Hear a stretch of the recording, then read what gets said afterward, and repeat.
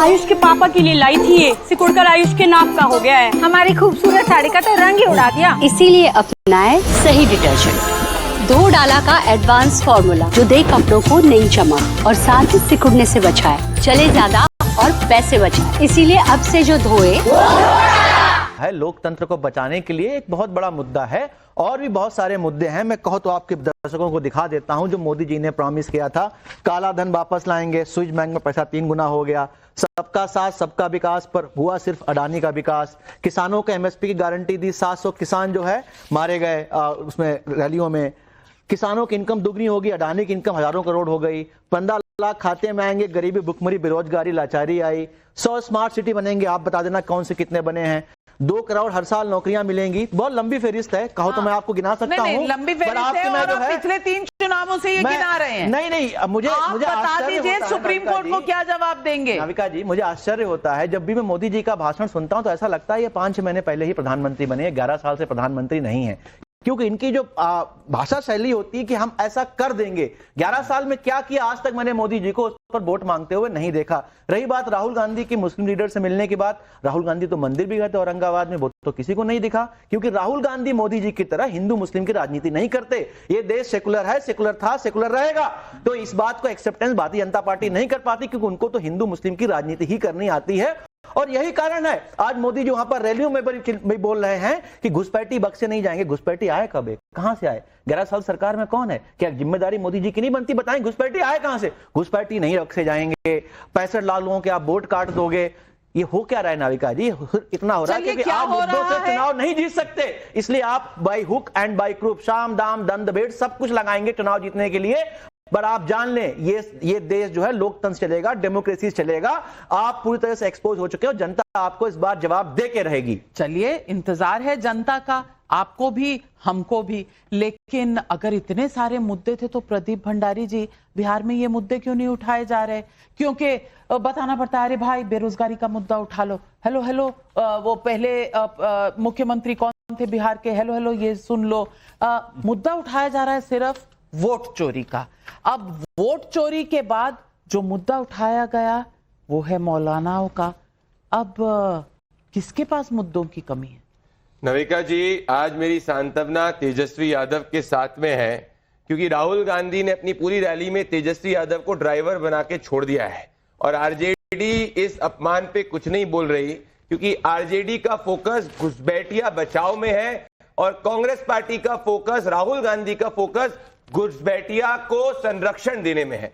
मैं सीधी बात पूछना चाहता हूं, हम तब से क्या बात कर रहे हैं? हम कह रहे हैं कि भाई बिहार का विकास हम करेंगे, ये कह रहे हैं कि घुसपैठियों का विकास करेंगे, हम कह रहे हैं कि हम घुसपैठिए हटाएंगे, ये कह रहे हैं कि घुसपैठिए बचाएंगे। ऐसा क्यों होता है कि एक भी बार ना राहुल गांधी से ना तेजस्वी यादव से उनके शब्द जो है उनकी रैली पे एक भी बार नहीं निकला कि हाँ घुसपैठियों को हटाना चाहिए? ये संविधान की दुहाई देते, पढ़ के नहीं आते संविधान क्या कहता है? We the people of India. अगर हम भारत के निवासियों की बात कर रहे हैं, बिहारियों के हक की बात कर रहे हैं, तो इनको इतनी मिर्ची क्यों लगी है? ये घुसपैठियों के हक की क्यों बात कर रहे हैं? किशनगंज के अंदर जाए, 120% से ज्यादा जो आधार पाए गए, उस किशनगंज के अंदर पिछले 16-17 चुनाव में से 16 बार जो है वो नॉन हिंदू एमपी जीतता है और 16 में से 16 बार ऑपोजिशन का व्यक्ति जीतता है। क्यों? क्योंकि ये वहां पे मेजॉरिटी घुसपैठियों को बॉर्डर से आने की बात करते हैं, इनका एमएलए उसका संरक्षण देता है, और जब हम विरोध करते हैं तो ये फर्जी काम करते हैं। हम तो कह रहे हैं कि बॉर्डर सील होनी चाहिए, हमने तो करी है, पर इन्हीं की सहयोगी ममता बनर्जी ने 400 किलोमीटर बॉर्डर अभी तक हमको सील करने नहीं दी, लैंड नहीं दिया, क्योंकि उनको घुसपैठिए बचाने हैं। हर तरफ में इनका फोकस घुसपैठिए बचाने का ही। और ये हम भी नहीं कह रहे, ये तो कांग्रेस पार्टी का स्टैंड भूल गए। 2012 में कांग्रेस पार्टी ने पार्लियामेंट में कहा था 2 करोड़ घुसपैठियों को कांग्रेस ने 70 सालों में देश में बसाया। अब ये भूल गए, क्योंकि राहुल गांधी आज बिल्कुल सही कहा इन्होंने, हिंदू मुसलमान की बात नहीं करते, मुसलमान की बात करते हैं, और मुसलमान की नहीं, घुसपैठियों की बात करते, भारतीय मुसलमान की बात नहीं करते। इसीलिए इनकी चिड़ है। मैं इनसे ओपन चैलेंज करना चाहता हूं, कौन सी इनकी बात सुप्रीम कोर्ट में सही हुई? एसआईआर लेके गए, क्या सुप्रीम कोर्ट ने आज क्या बोला इलेक्शन कमीशन को? कि बोला अंग्रेजी में, we are aware that you are making the entire process of SIR an extremely inclusionary exercise, मतलब सबको जोड़ने की एक्सरसाइज है। ये बोल रहे थे तोड़ने की एक्सरसाइज है। इन्होंने बिहारियों को फर्जी बोला, एक बिहारी बाहर आया, बोला मेरा असली वोट है, भले मिंटू देवी हो गई या राजू देवी हो गई, परंतु तब भी इनने माफी नहीं मांगी, क्योंकि ये बिहार के साथ नहीं घुसपैठियों के साथ खड़े हैं। मैं पूछना चाहती हूं आपसे बादशाह आलम जी, अब तेजस्वी जी ड्राइवर हैं राहुल गांधी के, जैसा प्रदीप भंडारी जी कह रहे हैं, या वो ड्राइविंग सीट पर है? राहुल गांधी सिर्फ सैर सपाटे के लिए गए हैं, पहले तो ये बता दीजिए। इसके बाद सवाल ये होता है कि जिस वोट चोरी के मुद्दे को लेकर आप पूरा चुनाव करवाना चाहते हैं, लड़ना चाहते हैं, उस वोट चोरी पर तो आज सुप्रीम कोर्ट का चपत लग गया। अब क्या होगा? वो जो चोरी हुई थी वो पकड़ी गई, नहीं पकड़ी गई? सुप्रीम कोर्ट ने बोला आपने तो कुछ किया ही नहीं, क्या जवाब देंगे?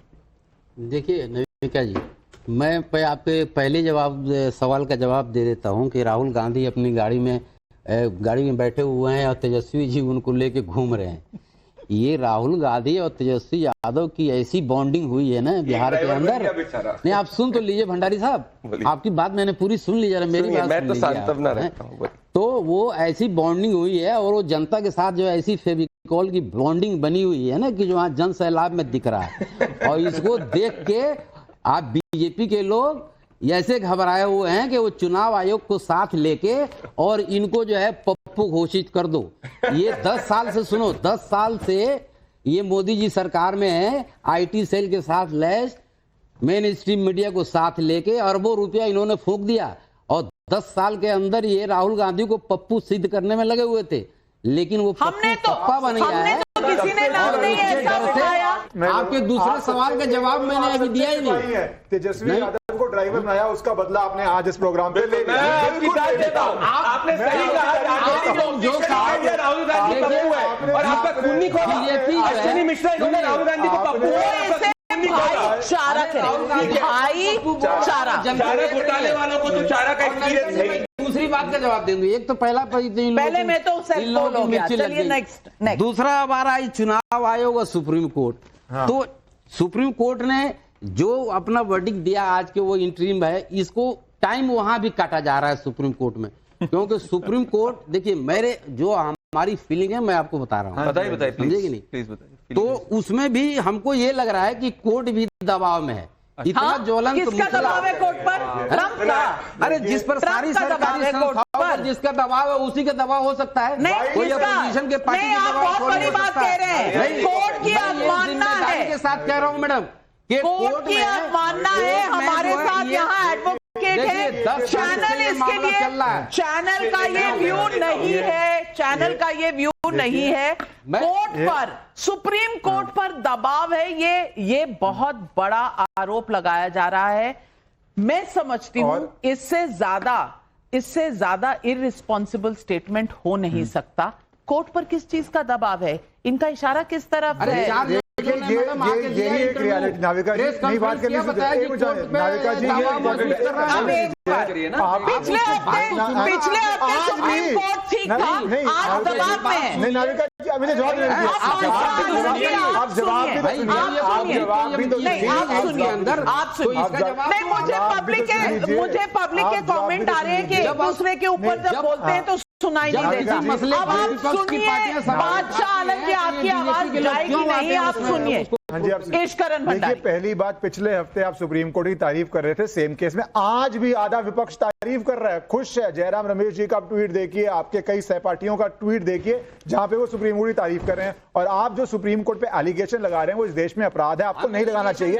ऑन एयर आपको ये सुप्रीम कोर्ट माननीय सुप्रीम कोर्ट की इज्जत हम भी करते हैं, लेकिन एक जिस तरह का मसला है यही सुप्रीम कोर्ट रातों रात सुनता है और डिसीजन ले लिया जा रहा है। अब सुन लीजिए उनकी बारी। सुप्रीम कोर्ट को जजमेंट पास करना चाहिए, आज उनको मशवरा देना चाहिए। आपने बोल दिया, मशवरा नहीं तो डायरेक्शंस होती हैं। सुप्रीम कोर्ट के पास पूरी शक्ति है डायरेक्शन देने की, तभी आपको तड़प चाहिए, क्योंकि पहले इलेक्शन कमीशन ने क्या, ये देश चलता है प्रोसीजर से। आपको एफिडेविट पे कंप्लेंट देनी पड़ती है, आपको एफिडेविट पे फैक्ट देने पड़ते हैं, क्योंकि चुनावी रैली में आप कुछ भी बोल सकते हैं कि अनपढ़ों को आप काट देंगे वोटर लिस्ट से। मैंने ऐसी वीडियो भी देखी है, जिसके पास पैसा नहीं है उसको काट देंगे वोटर लिस्ट से। आप कुछ भी भ्रम फैला सकते हैं, पर कोर्ट में आपको एफिडेविट देना चाहिए। 65 लाख लोग आप बोलते हैं गलत काटे गए हैं, तो आप एफिडेविट डालिए ना कि ये लोगों को गलत काटा, ये 50,000 लोग हैं, ये 1 लाख व्यक्ति है, जीवित है, ये अब आप एफिडेविट पर डालिएगा कोर्ट के सामने, दूध का दूध और पानी का पानी हो जाएगा। दूसरी बात घुसपैठियों को लेके, भारत के लिए इससे बड़ा खतरा नहीं हो सकता है। एक स्टेटमेंट थी,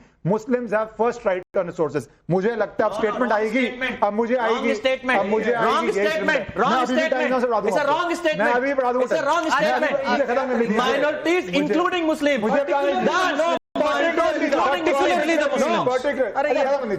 वो जो स्टेटमेंट थी, मैं हैरान नहीं होऊंगा अब ये स्टेटमेंट आए, घुसपैठिए have the first right on घुसपैठिए ड्रोन से अटक के आ रहे हैं क्या हिंदुस्तान में? जा रहे हैं। अरे बात खत्म, मैंने आपको इंटरप्ट नहीं किया एक बारी। अब ये नई स्टेटमेंट लेके आएंगे, घुसपैठिए have the first right on resources, क्योंकि देश की जनता ने 3 चुनाव हरा दिए हैं, तो अब आपको बाहर से वोटर लाने पड़ेंगे, उसके लिए ही आप सारा प्रोटेस्ट कर रहे हैं। आखिरी बात जो आपको सबसे बड़ी प्रॉब्लम है, मुझे लगता है चाहे आपका जीएसटी गब्बर सिंह टैक्स हो या चौकीदार चोर हो, दोनों फ्लॉप हो चुके हैं। इस बारी भी वोट चोरी आप चिल्लाते रहिए, जनता उसका जवाब दे देगी। मनमोहन सिंह का वीडियो आ चुका है, ये देखिए आप।